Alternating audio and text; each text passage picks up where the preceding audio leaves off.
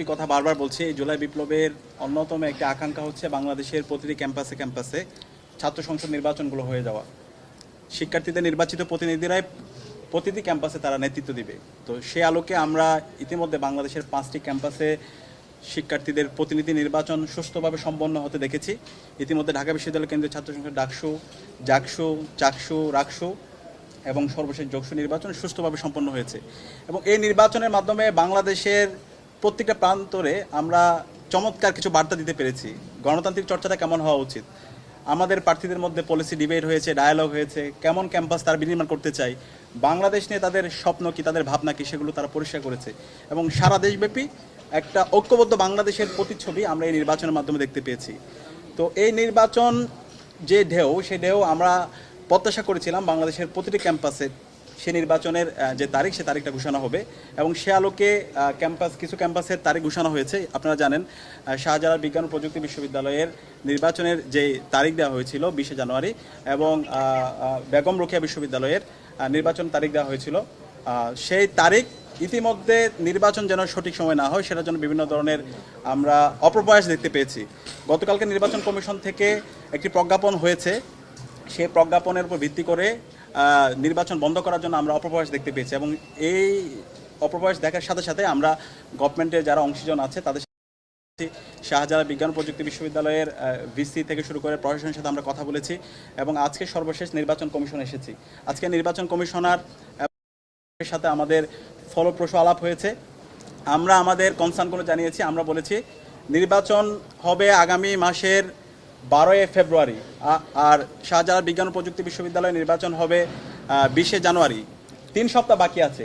এই 3 সপ্তাহ আগে এই ধরনের নিরাপত্তার অজুহাত দেখিয়ে নির্বাচন বন্ধ করে দেওয়া, এটা কোনো ধরনের যৌক্তিক সিদ্ধান্ত হতে পারে না। এটা সম্পূর্ণ একটা অগণতান্ত্রিক সিদ্ধান্ত। শিক্ষার্থীদের নির্বাচিত প্রতিনিধিরা প্রতিটি ক্যাম্পাসে নেতৃত্ব দিবে। শিক্ষার্থীরা যাকে চায় সেই তাদের নেতা প্রতিনিধি হিসেবে সে নির্বাচিত হবে। সুতরাং এই ধরনের অগণতান্ত্রিক সিদ্ধান্ত ছাত্র সমাজ মেনে নেবে না। এবং এই নির্বাচনে প্রায় 4 কোটি তরুণ।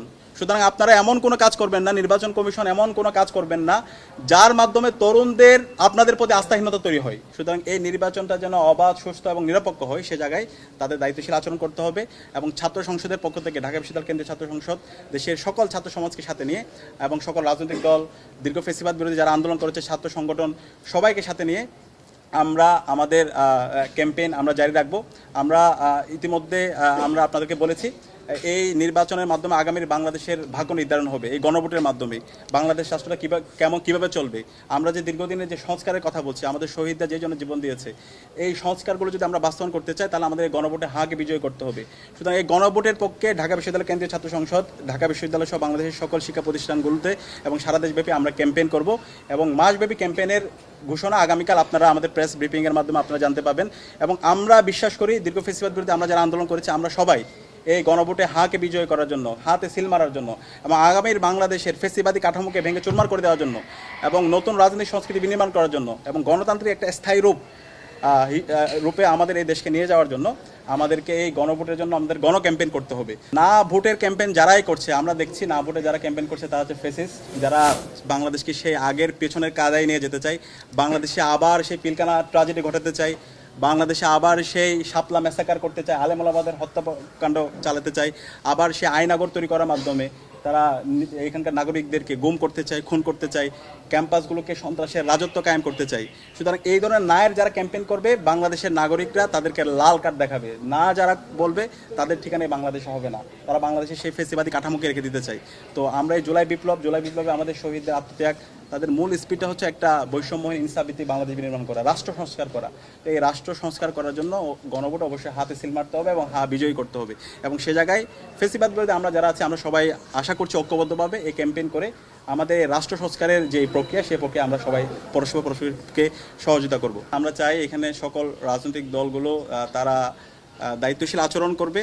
এই ছাত্র সংসদ নির্বাচনকে এভাবে পলিটিসাইজ করার কিছু নেই। শিক্ষার্থীদের নির্বাচিত প্রতিনিধিরাই ক্যাম্পাসগুলোতে নেতৃত্ব দিবে। তো শিক্ষার্থীদের যাদের মতামত তাদের ভালো লাগবে, শিক্ষার্থীরা তাদের গ্রহণ করবে, যাদের মতামত তাদের ভালো লাগবে না তাদের সমালোচনা করবে। কিন্তু এখানে এই নির্বাচনের মাধ্যমে আলটিমেটলি আমরা একটা গণতান্ত্রিক ধারা যে অব্যাহত শুরু হয়েছে, সেটার একটা স্থায়ী রূপের দিকে নিয়ে যাওয়া। এবং এই নির্বাচনগুলোর মাধ্যমে কিন্তু জুলাইয়ের প্রজন্ম বিজয় হচ্ছে। এখানে যারা নির্বাচন করতেছে, দেখবেন প্রতিটি ক্যাম্পাসে যারা ছাত্র সংসদ নির্বাচন করছে, সবাই জুলাইয়ের প্রজন্ম। সবাই আমরা জুলাইয়ে একসাথে রাজপথে নেমে নেমেছি, একসাথে লড়াই করেছি, ফেসিবাদের বিরুদ্ধে আন্দোলন করেছি। সুতরাং এই নির্বাচনে এখানে জয় অথবা পরাজয়ের কিছু নেই। এই নির্বাচনে মাধ্যমে আলটিমেটলি জুলাই প্রজন্ম বিজয়ী হচ্ছে। সুতরাং গণতান্ত্রিক ধারাকে অব্যাহত রাখার জন্য এই নির্বাচনগুলো খুবই জরুরি এবং আশা করছি বাংলাদেশের প্রতিটি ক্যাম্পাসে ছাত্র সংসদ নির্বাচন যে ধারা অব্যাহত শুরু হয়েছে সেই অনুযায়ী প্রতিটা ক্যাম্পাসে এই ছাত্র সংসদ নির্বাচন হবে এবং শিক্ষার্থীদের নির্বাচিত প্রতিনিধিরাই বাংলাদেশের প্রতিটি ক্যাম্পাসে তারা নেতৃত্ব দেবে।